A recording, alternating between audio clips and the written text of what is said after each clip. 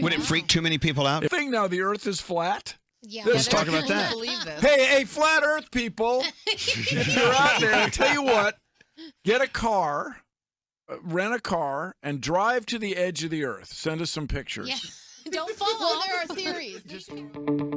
But you never know. Or, nah, it's on Earth. Have you been paying attention to what's going on with Bill Nye? Scientists are all going after Bill Nye Bill now. Nye, the Weimar guy? What's Weimar? Its spin is a little stretched it, made it slightly up. The process of testing claims, the world is flat, the world is round, is what we call science. You're doing a disservice. It looks like a table or a board. Now, once in a while, you might see mountains or hills, but those are just like little bumps on what looks like a flat Earth. And this boat, well, it's like a boat. Anyway, from space, where you see the Earth as a sphere. Those pictures are not fake. Scientists are wrong all the time. If you want to get into it, the Earth isn't quite a sphere. The process of testing claims. Live from outside the U.S. Capitol building, where President Trump will address a joint session of Congress in fewer than 24 hours.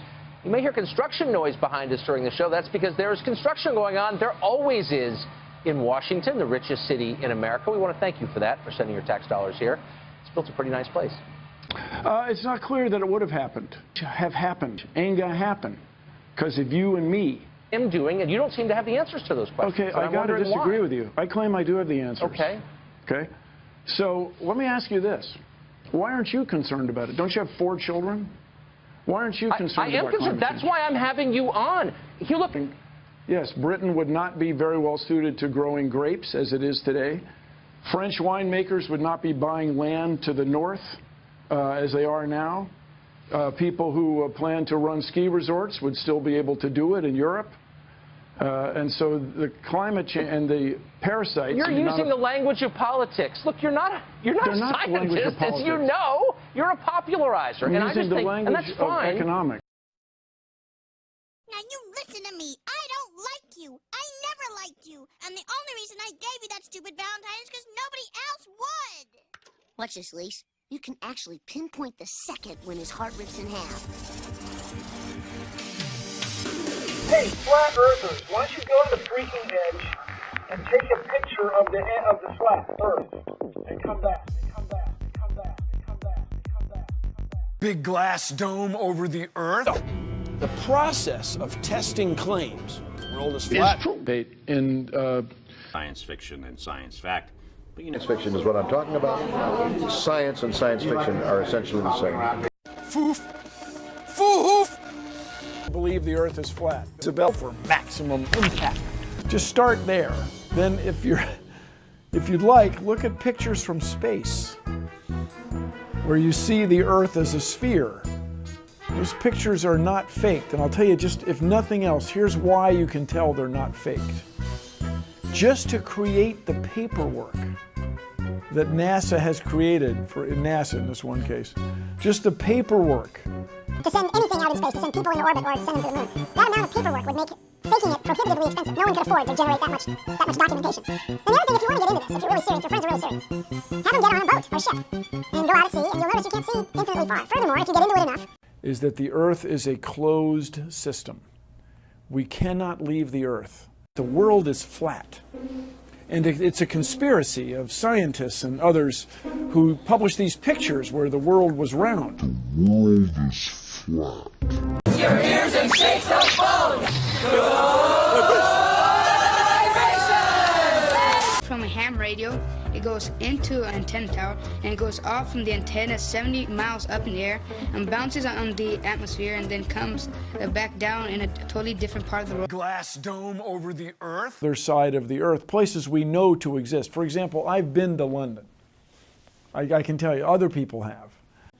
It was published in 1540. Now, I'm concerned with Copernicus. I'm concerned it might have been 1530, but it was about then. It was in the 16th century that the Earth was shown to be a ball. But it was known to be a ball by a lot of other people before Copernicus in the Western world, what we now call the Western world, Western Hemisphere. The ancient Greeks noticed that from time to time, the Earth casts a shadow on the moon. This is a lunar eclipse, where the moon gets in the shadow of the Earth. The sunlight is being blocked by the Earth, the moon's on the far side of the Earth. And that shadow is always curved. And the only shape that always produces a curve, no matter what the orientation. That is to say, whether you're standing in Greece at night, or if you're standing then 12 hours later in Buenos Aires at night. The shadow is always curved. So the ancient Greeks knew that the Earth was a ball. They didn't know to the degree of the size of it to the degree of precision we know now. And you guys, come on. Everybody watches newscasts. You all use mobile phones. You all see airplanes fly around. You all go to see Ed Sheeran in concert one day in London, another day in Melbourne, Australia. This all depends on our fundamental understanding of the size of the Earth and its shape with extraordinary precision. And if you want to get into it, the Earth isn't quite a sphere. It's a little bleh. Its spin is a little stretched. It made it slightly oblate, as the saying goes. This is all susceptible to analysis. But spend some time learning about navigation. Tell your friends to spend some time learning about navigation. Navigation's changed the world, by the way. What are you wearing? You're wearing stuff that came from another part of the world on a ship. It didn't get here by magic. It got here through science. And I can give you a real science answer.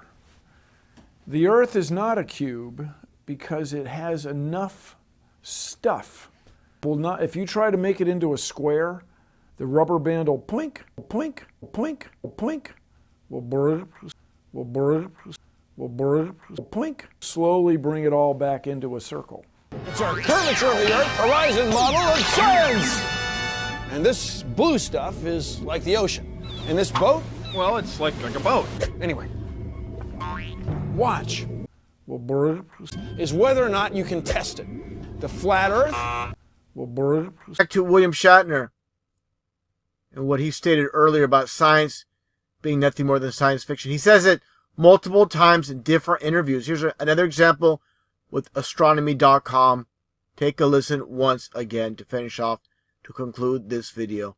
And your writing and your acting, you've inspired so many people to enter the sciences. How do you balance science with science fiction? They're both the same. Earth, throughout its life, even when it formed, it was spinning, and it got a little wider at the equator than it does at the poles. So it's not actually a sphere, it's oblate. And officially it's an oblate spheroid. That's what we call it. But not only that, it's slightly wider below the equator than above the equator. A little chubbier. A little chubbier. Yeah. Chubby's a good way. It's like pear-shaped. How do you like it? They tell you all the time what to do, what to think, what to feel. Do you want to be like a sheep? Like all those other people, man? Will burp, slowly will burp. Conspiracy theorists. They've been crazy, but now they're right.